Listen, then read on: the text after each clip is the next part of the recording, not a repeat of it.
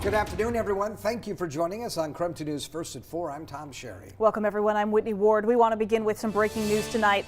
This is a fire that was just reported at Helena Street and East 64th. So take a look at the map. This is just underneath the bluff of High Drive on Spokane South Hill. Right now, we know that crews have reported the fire is out, though they are still mopping up the scene there. No houses were lost, but we also know the fire did burn about 2.5 acres there. No one was hurt. We do have a crew on the way to that scene. We'll bring you the latest information as soon as we receive it. Something else we're tracking at this hour as well. The Washington State Board of Health is meeting right now to determine whether Spokane Regional Health District Administrator Amelia Clark broke state law in ousting former health officer Dr. Bob Lutz last year. So a preliminary investigation said evidence points to yes, that she forced out Lutz before there could be a hearing and a public vote of the local board.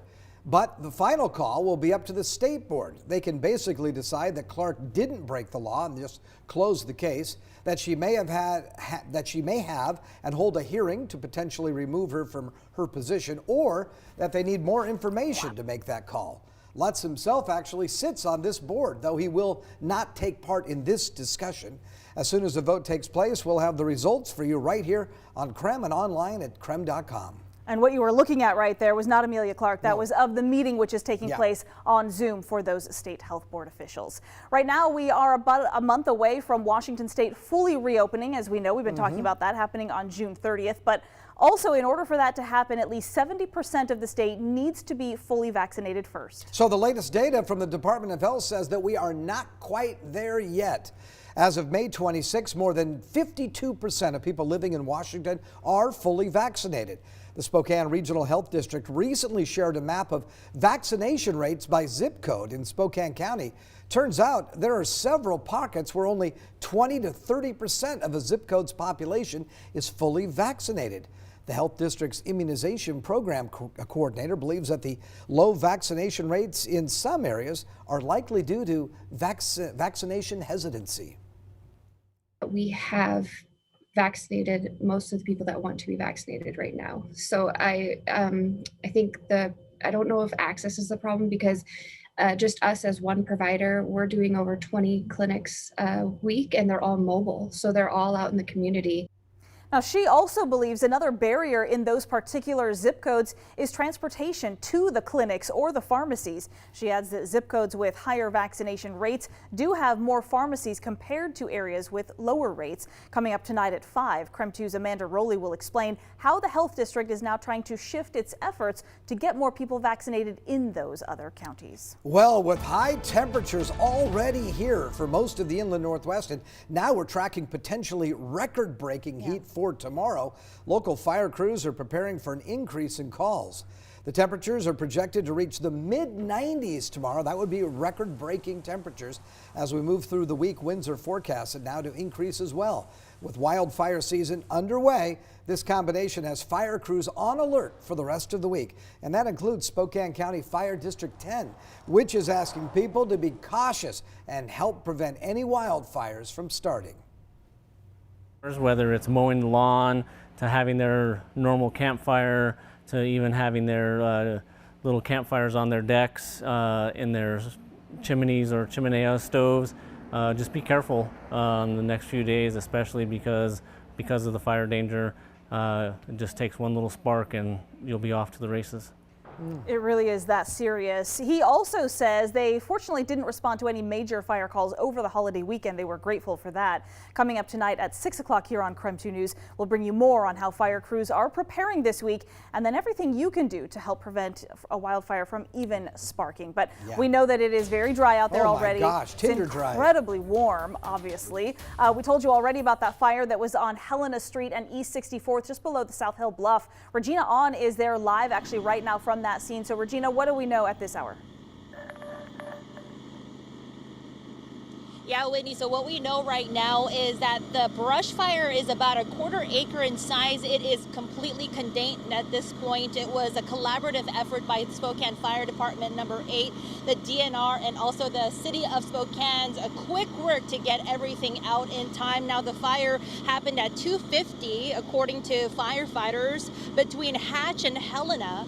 And now, as far as what started the fire, it is unknown at this time. And again, Fire Chief Jay Wilkins of the fire district is telling me that it was, again, the quick work of Spokane Fire Department 8 and the collaborative effort that was able to take out the fire. And right now, at this point, they're just simply mopping up and putting those borders up at this time. And no homes were affected by the fire, which is great news. All the homes are safe and nobody was injured. So at this time, they're just making sure that the perimeter is safe. As far as the road here on Helena Street, that will be blocked off for the next couple hours. So if you do travel, if you do have a home in this area, just make sure you have an alternate route. And just a word from the fire department tonight is that we are in fire season, so be sure to be safe, and if you do have anything that could be a potential fire cause, just to be cautious of that at this as we hit into that season. But for now, live here in Spokane, Regina on KREM 2 News.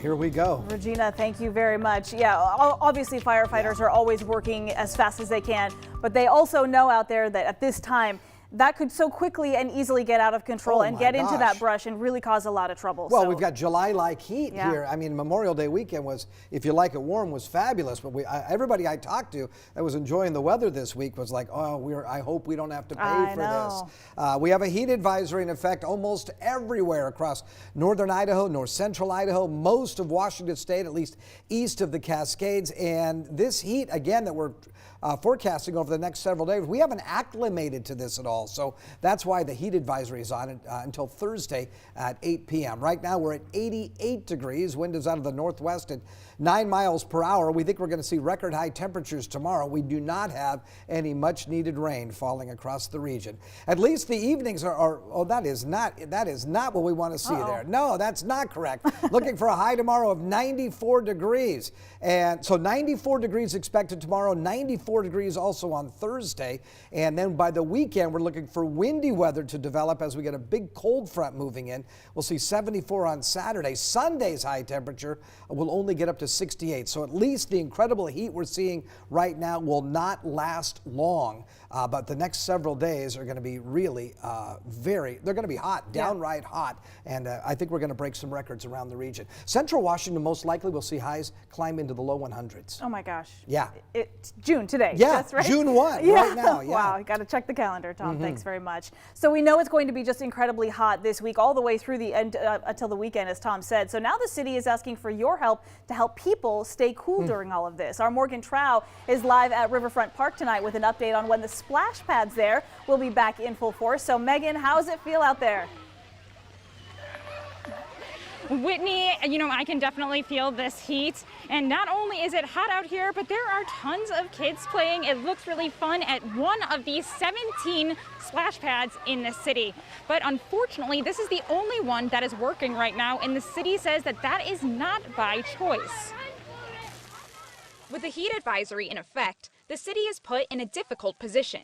Community members want to cool off, but will find themselves staring at a dry splash pad or an empty pool. The Parks and Recreation Department says they know how badly people want to use the fixtures, but they physically cannot open them. Low staffing is the culprit here. The Washington Department of Health requires each splash pad to have a staff monitor. When the city is struggling to find enough people to do lifeguarding, swim instruction, park operations, and splash pad watch, one of the features has to take a back seat. In this case, it's the splash pads. The city says they're focusing their limited resources and employees on getting the pools open this summer. Pools should be opening for lessons around mid-June and for free open swimming in mid-July. But don't give up hope yet. Once the pools are open, splash pads will take the focus. The city says they anticipate splash pads will be open in mid-June in time for summer break from school. They hope restrictions will be eased, or they will try to have a rotating staff schedule for the pads.